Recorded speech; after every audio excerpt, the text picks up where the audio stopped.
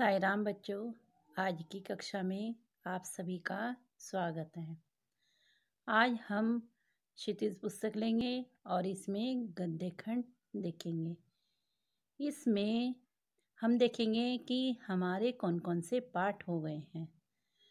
तो इसमें देखिए, इसमें हमने नेताजी का चश्मा पढ़ लिया है, उसके बाद बाल गोविंद भगत पढ़ लिया है, उसके बाद फिर हमने लखनवी अंदाज ये पढ़ा है। आज हम मानवीय करुणा की दिव्य चमक लेंगे, जिसके लेखक हैं सर्वेश्वर दयाल सक्सेना जी। ठीक है, ये जो आगे पाठ हैं आपके, मैंने जैसे पहले ही बताया है, ये हाइड हो चुके हैं और ये केवल पढ़ने योग्य ही हैं। आप इन कहानियों को पढ़ सकते हैं, लेकिन इनमें से परीक्षा में कुछ भी नहीं आएगा। ठीक है, तो ये हमारा गद्य खंड का अंतिम पाठ है, मानवीय करुणा की दिव्य चमक। इसको हम आज पढ़ेंगे। ठीक है, आगे बढ़ते हैं। इस प्रकार से आज का विषय हिंदी, उपविषय गद्य खंड, क्षितिज, प्रकरण मानवीय करुणा की दिव्य चमक, लेखक सर्वेश्वर दयाल सक्सेना जी। ठीक है, तो सबसे पहले हम लेखक परिचय देखेंगे, लेखक के बारे में जानेंगे। आगे बढ़ते हैं। ये सर्वेश्वर दयाल सक्सेना जी हैं, जिन्होंने मानवीय करुणा की दिव्य चमक कहानी लिखी है। तो यह एक संस्मरण है, इनकी यादों में से कुछ पल हैं जिनको वे याद करते हैं और शब्दों के द्वारा हमारे सामने बयां किया है। ठीक है, इनके बारे में पहले देखेंगे लेखक के विषय में कि सर्वेश्वर दयाल सक्सेना जी का जन्म सन 1927 में जिला बस्ती, उत्तर प्रदेश में हुआ। उनकी उच्च शिक्षा इलाहाबाद विश्वविद्यालय से हुई। वे अध्यापक, आकाशवाणी में सहायक प्रोड्यूसर, दिनमान में उपसंपादक और प्राग के संपादक रहे हैं। सन 1983 में उनका आकस्मिक निधन हो गया है। आकस्मिक कहते हैं अचानक, उनका अचानक निधन हो गया था। वे बीमार भी नहीं थे, लेकिन पता नहीं किस कारण से वे मृत्यु को प्राप्त हो गए। सर्वेश्वर दयाल सक्सेना जी बहुमुखी प्रतिभा के साहित्यकार थे। वे कवि, कहानीकार, उपन्यासकार, निबंधकार और नाटककार भी थे। मतलब ये कह सकते हैं कि उन्हें इन सब विधाओं का अच्छा ज्ञान था।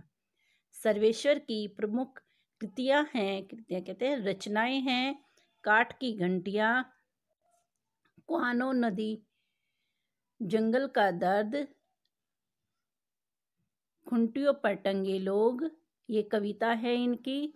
फिर आगे देखेंगे पागल कुत्तों का मसीहा, सोया हुआ जल, ये उपन्यास है इनके।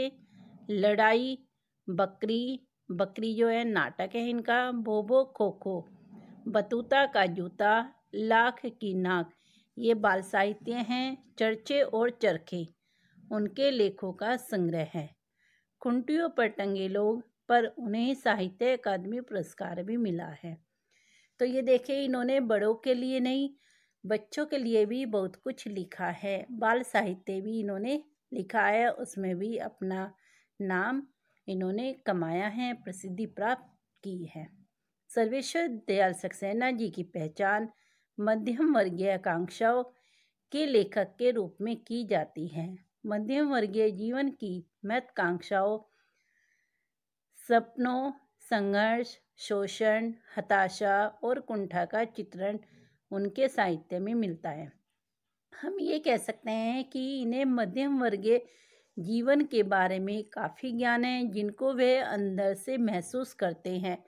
उनकी क्या इच्छाएं, महत्वाकांक्षाएं कहते हैं इच्छाएं, अंदर से क्या इच्छाएं रहती हैं मध्यम वर्गीय लोगों में, उनके साथ कैसे शोषण होता रहता है, कैसी कुंठा रहती है उनके हृदय में, और उनके सपने भी कैसे कैसे होते हैं और उन्हें कैसे कैसे संघर्षों से जूझना पड़ता है।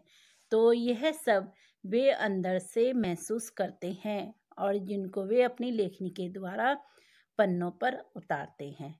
सर्वेश्वर जी स्तंभकार थे और चर्चे और चरखे नाम से दिनमान में जो स्तंभ लिखते थे उसमें बेबाक सच कहने का साहस दिखता था। उनकी अभिव्यक्ति में सहजता और स्वाभाविकता थी। तो मतलब यह है कि वे सच कहने से कभी भी घबराते नहीं थे, हमेशा सच बोलते थे और कभी भी उन्हें घबराहट भी नहीं होती थी। ठीक है, तो अब आगे बढ़ते हैं। अब थोड़ा अपने पाठ की ओर चलते हैं कि पाठ के बारे में थोड़ा सा हम परिचय लेते हैं। मानवीय करुणा की दिव्य चमक, यह एक संस्मरण है। यह संस्मरण किसे कहते हैं? जो हमारी स्मृतियों से निकलता है, यादों से निकलता है।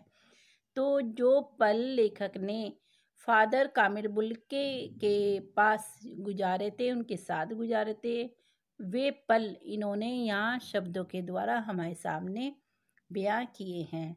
तो वे फादर कामिल बुल्के को अपने पिता के समान मानते थे और उनकी जो यादें हैं वे कभी भी वे भुला नहीं पाते, क्योंकि वे उनके बिल्कुल हृदय के पास रहते थे और आज भी उनकी यादें, उनके जो वो खुशबू है वो आज भी महसूस करते हैं कि वे सोचते हैं अभी भी हमारे पास फादर कामिल बुल्के आस पास ही हैं। तो इस प्रकार से ये देखेंगे कि फादर कामिल बुल्के, ये जो पूरा हमारा पाठ है इन पर ही आधारित है। ये जो फादर कामिल बुल्के जी थे, ये यूरोप में जन्म लिया था, लेकिन वे अपने को फिर भी भारतीय कहते थे। वे एक सन्यासी थे, परंतु पारंपरिक अर्थ में नहीं। इसका मतलब पारंपरिक अर्थ में नहीं, ये कह सकते हैं कि फिर भी जब हम ये कहेंगे सन्यासी को मोह माया नहीं होती, लेकिन उन्हें सबसे मोह था। वे सबके ऊपर एक बरगद के पेड़ की छाया की तरह से खड़े रहते थे, सबका ध्यान रखते थे, किसी को भी कोई परेशानी ना हो, ये इस चीज़ का भी ध्यान रखते थे। और हिंदी भाषा और बोलियों से उन्हें अपार प्रेम था।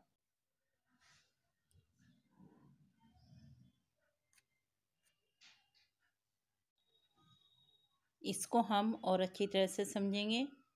संस्मरण स्मृतियों से बनता है और स्मृतियों की विश्वसनीयता उसे महत्वपूर्ण बनाती है। फादर कामिल बुल्के पर लिखा सर्वेश्वर का यह संस्मरण इस कसौटी पर खरा उतरता है।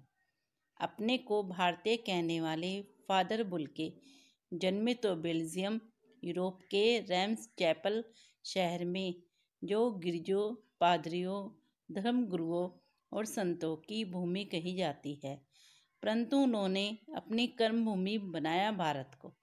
फादर बुल्के एक सन्यासी थे, परंतु पारंपरिक अर्थ में नहीं।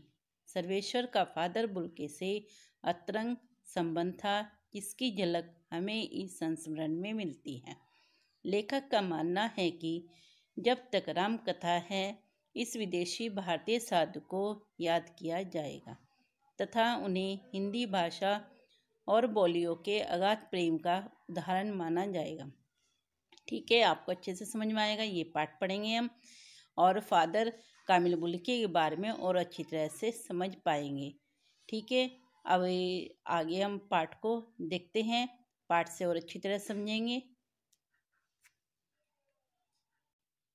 इसको हम और अच्छी तरह से समझेंगे। संस्मरण स्मृतियों से बनता है और स्मृतियों की विश्वसनीयता उसे महत्वपूर्ण बनाती है। फादर कामिल बुल्के पर लिखा सर्वेश्वर का यह संस्मरण इस कसौटी पर खरा उतरता है। अपने को भारतीय कहने वाले फादर बुल्के जन्मे तो बेल्जियम यूरोप के रैम्स चैपल शहर में, जो गिरजों, पादरियों, धर्मगुरुओं और संतों की भूमि कही जाती है, परंतु उन्होंने अपनी कर्मभूमि बनाया भारत को। फादर बुल्के एक सन्यासी थे, परंतु पारंपरिक अर्थ में नहीं। सर्वेश्वर का फादर बुल्के से अतरंग संबंध था, जिसकी झलक हमें इस संस्मरण में मिलती है। लेखक का मानना है कि जब तक राम कथा है, इस विदेशी भारतीय साधु को याद किया जाएगा तथा उन्हें हिंदी भाषा और बोलियों के अगाध प्रेम का उदाहरण माना जाएगा। ठीक है, आपको अच्छे से समझ में आएगा। ये पाठ पढ़ेंगे हम और फादर कामिल बुल्के के बारे में और अच्छी तरह से समझ पाएंगे। ठीक है, तो हम उनकी जो देखेंगे, ये पाठ को पढ़ेंगे तो आप समझ जाएंगे कि हिंदी भाषा से किस प्रकार से उन्हें प्रेम था। ठीक है, अब पाठ की ओर चलते हैं। हमारा पाठ अब शुरू होता है। मानवीय करुणा की दिव्य चमक, लेखक सर्वेश्वर दयाल सक्सेना जी। ठीक है, आगे बढ़ते हैं। यहाँ से पाठ शुरू होता है, मानवीय करुणा की दिव्य चमक।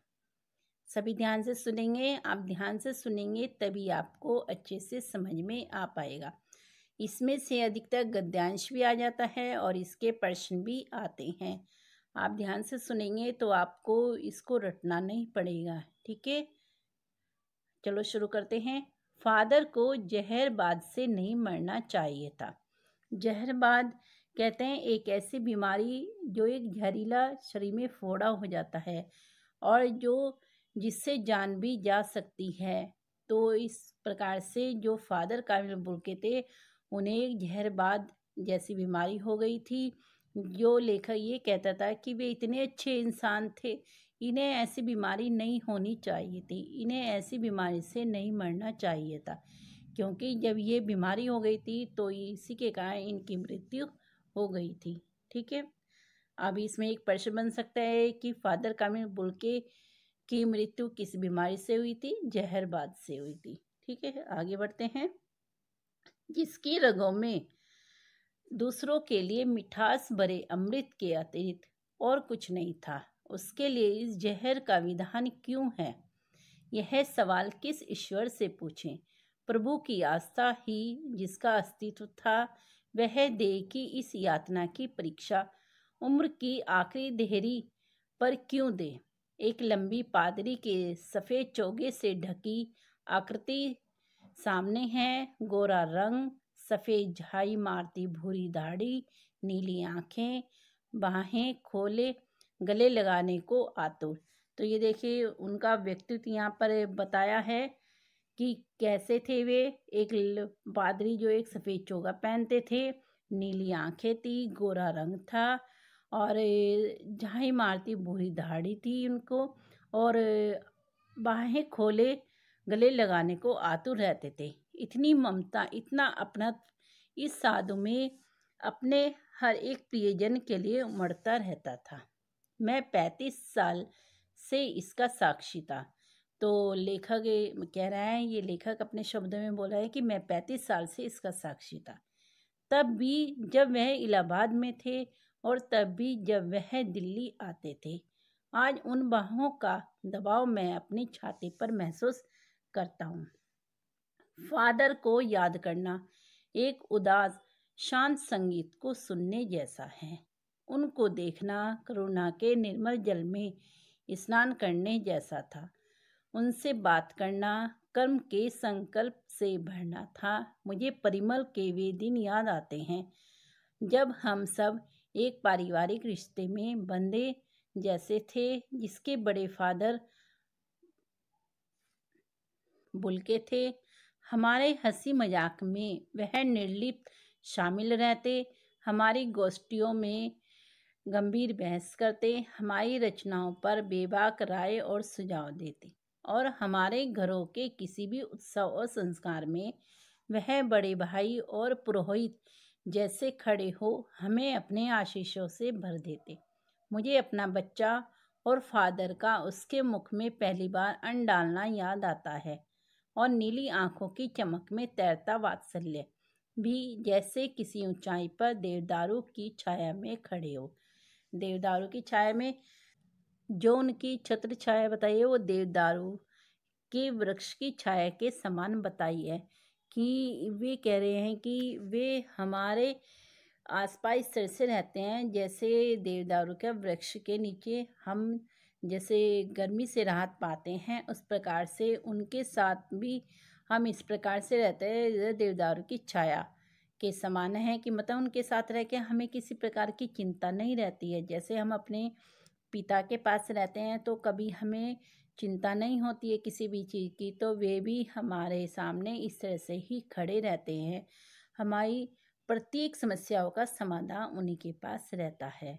तो इसलिए उन्हें कहा कि देवदारों की छाया के समान वे खड़े रहते हैं, हमें प्रत्येक चिंताओं से मुक्त करते रहते हैं। ठीक है, अब आगे बढ़ते हैं। कहाँ से शुरू करें? इलाहाबाद की सड़कों पर फादर की साइकिल चलती दिख रही है। वह हमारे पास आकर रुकती है, मुस्कुराते हुए उतरते हैं। देखे देखे मैंने उसे पढ़ लिया है और मैं कहना चाहता हूँ उनके क्रोध में कभी नहीं देखा, आवेश में देखा है और ममता तथा प्यार में लबालब छलकता महसूस किया है। अक्सर उन्हें देखकर लगता है बेल्जियम में इंजीनियरिंग के अंतिम वर्ष में पहुंचकर उनके मन में सन्यासी बनने की इच्छा कैसे जाग गई, जबकि घर भरा पूरा था, 2 भाई 1 बहन, माता पिता सभी। तो आज यहीं तक लेंगे हम। तो इसमें क्या था कि इसमें आप प्रश्न बना सकते हैं, जैसे उनके परिवार में कौन कौन थे। फादर कामिल बुल्के के परिवार में कौन कौन थे? 2 भाई 1 बहन, माता पिता। ठीक है, और ये कह सकते हैं कि फादर बुल्के का जन्म कहाँ पर हुआ था? बेल्जियम में। ठीक है, ये प्रश्न आप बनाएंगे। एक प्रश्न मैंने ऊपर बताया है, यह मानवीय करुणा की दिव्य चमक किस पर आधारित है? फादर कामिल बुल्के पर आधारित है। ठीक है, तो आप इस प्रकार से ये प्रश्न लिखेंगे। छोटे छोटे से प्रश्न मैंने बताए हैं, और फिर आगे की कहानी आगे की वीडियो में। ठीक है, धन्यवाद। साईं राम। जो मैंने आपको गृह कार्य दिया है वह आप अपनी उत्तर पुस्तिका में करेंगे। जो मैंने प्रश्न बताए हैं आपको, वह प्रश्न भी आप अपने उत्तर पुस्तिका में करेंगे। ठीक है, ये प्रश्न आपके एक एक शब्द के बनेंगे, एक एक शब्द में उत्तर देने हैं। इस प्रकार से प्रश्न बनाना है जो कि आपकी परीक्षा में आ सकते हैं। ठीक है, साईं राम।